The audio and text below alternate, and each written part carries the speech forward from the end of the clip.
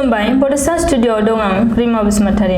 30 नं सानजा क'क्राझार बियाबनि बिजाथि लरेन्स इस्लारिनो मन्थ्रि बिबान होनांगौनि दाबिजों क'क्राझार सहरनि रायजो राजाफोरा सोमावसारदों। थांनाय सानखालि आसामनि गोदानै सायख'जानाय गिबि मन्थ्रि हिमन्त बिश्व शर्माजों लोगोसे रायजो केबिनेटनि सा 13 मन्थ्रिफोरा समायखिरा लाखांनायनि उनावनो रायजो नाङै दाब दाब बियाबफोरनि रायजो राजाफोरा गावबा गावनि बियाबनि देरहासार जानाय एमएलएफोरनो मन्थ्रि होनांगौनि दाबिजों खुद्रिखांनाय थासारिखौ नुनो मोन्दों। गुबुन बियाबफोरजों लोगोसे 30 नं सानजा क'क्राझार बियाबनि रायजो राजाफोराबो बियाबनि देरहासार जानो हानाय एमएलए लरेन्स इस्लारिनो मन्थ्रि बिबान होनांगौनि दाबि खालामदों।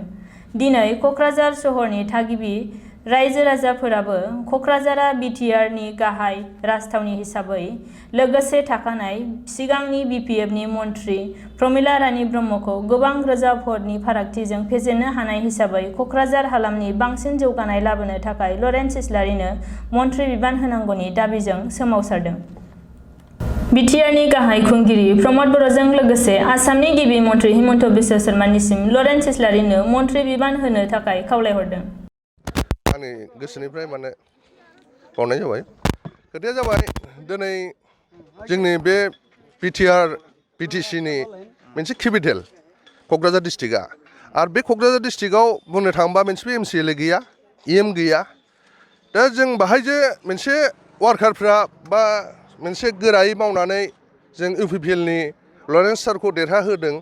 मोनसे आसा दंमोन जोंनाव जे जों बाहाय इएम माने मन्थ्रित्व मोनगोन आरो बे खोथाखौ गावनो बुंलांखादों जोंना प्रमद बर' सारा मानगोनां गावनो बुंलांखादों। दा बे हिसाबै रायजोखौबो जों बुंदोंमोन जे जोंनिखौ देरहाहो, जों मन्थ्रि मोनगोन जों डेभेलप खालामनो हागोन। बे हिसाबै मोनसे जोंनावबो आसा दंमोन, खिन्थु बे आसाखौ जों मोनाखिसै। आरो दाबो बे जिनिसखौ जुदि गावसोरा जुदि बेखौ सानाबा होमबा पार्टिया मारै सोलिनांगोन, मारै सोलिनो? देख बाहाय मन्थ्रि गैया, एमसिएलएबो गैया आरो जुदि केबिनेट मन्थ्रिबो थायाबा बे एफाग्राब डिस्ट्रिक्ट मोनसे एरियाखौ नों मा हिसाबै लांनो हानो? नेक्स्टआव जों जुदि इलेक्सननि माबायाव फैयोबा सोरखौ देरहाहोनो हानाय जोंनाव केपासिटियानो थानाय नङा। आरो जों रायजोखौ मा बुंनो? रायजोखौ बुंनानै फैदोंमोन जों जे जों डेभेलप खालामनो हागोन, जोंखौ मन्थ्रि होगोन, गावनिनो लोगो, गावजोंनो थाफाग्रा सिकिउरिटि गावनो माने बिटिआरनि सुथि खालामग्रा सासे मोनसे सायख'खारि आरो मोनसे माने मोजां मोनसे सक्तिशालि होननानै जों मिन्थिगौमोन। बे हिसाबै जुदि बेखौ होनाय जायाबा होमबा जों मिन्थिगोन जे क'क्राझारखौनो डिप्राइड खालामदों, क'क्राझारखौनो मोजां मोना। बेखौनो जों दिनै जोंनाव जेबो गैयाबाबो जोंखौ जेबो होआखिसै। मानो होआखिसै जों बेखौनो मिन्थिगोन। क'क्राझारनि मानसिखौ जोंखौ मोजां मोना। प्रमद सारखौ बेखौनो बुंगोन, बेखौनो दाबो टाइम दं। केबिनेट नङाबाबो रायजिकबाबो जोंखौ होनानै मोनसे सनमानखौ होनांगौ। बेखौनो होननानै आं बेखौ फोजोबबाय दिनै। नाम्बार 2-3नि फेडारेसननि सानफ्लावार फेडारेसननि प्रेसिडेन्ट आङो। जोंनो लरेन्स सारखौ नांगौ, जों बिनि थाखाय बिराद खस्थ' खालामदों आरो हेमन्त साराबो होनदोंमोन लरेन्स सारखौनो मन्थ्रि बानायनो होननानै, खिन्थु जोङो दिनै नुनो मोनासै। नामाथ' सिगाङावनो दंमोन सारना, खिन्थु दिनै बिनि नामा मानो गोमोरनांगौ केबिनेट मन्थ्रि होनायाव? दा जोंनो केबिनेट मन्थ्रि नांगौ। जोंनि क'क्राझाराव अनेक खामानि मावनांगौ दङ, सिगांनि मन्थ्रिफ्रा खामानि मावाखै। दा जोंनो बिनि थाखायनो लरेन्स सारखौ नांगौ आरो जोङो दिनै बिमा जानानै जोङो बिनि हाबखौ जों सिनायबाय आरो बियो जोंनि थाखाय मोजां मावगोन। आरो क'क्राझाराव जोंहा अनेक गोदोसोनानै थालांनाय दङ, जों वमेन्सफोरनिफ्रायबो बिराद गोदोनानै दङ। दा सारा जोंनि थाखाय मावगोन होननानै जोंहा आसा दङ। बिनि थाखाय जोङो फिसा फिसौ गारनानैबाबो खस्थ' खालामदों, केम्पिं खालामदों, सारखौ आसा खालामनानैनो सारा जोंनि थाखाय मावगोन होननानै जोंहा मिजिं दङ। बिनि थाखाय आं एसेयावनो बुंनानै फोजोबबाय। मुख्य कार्यबाही শ্ৰীযুত প্ৰমোদ বড়োকো অনুৰোধ জনাইছোঁ তেওঁ যেন ইয়াৰ দাবী জনায় যে আমাৰ লৰেন্স চাৰিক মহোদয়ক যেন মন্ত্ৰীপদ দিয়ে। এইটো আমি আশা কৰিছোঁ, আমাৰ এইটো ৰাইজৰ আশা যে ইয়াৰ পৰা তেওঁ এটা মন্ত্ৰীপদ পাব। এইটো সকলো মানুহ শ্ৰেণীৰ ৰাইজৰে আশা।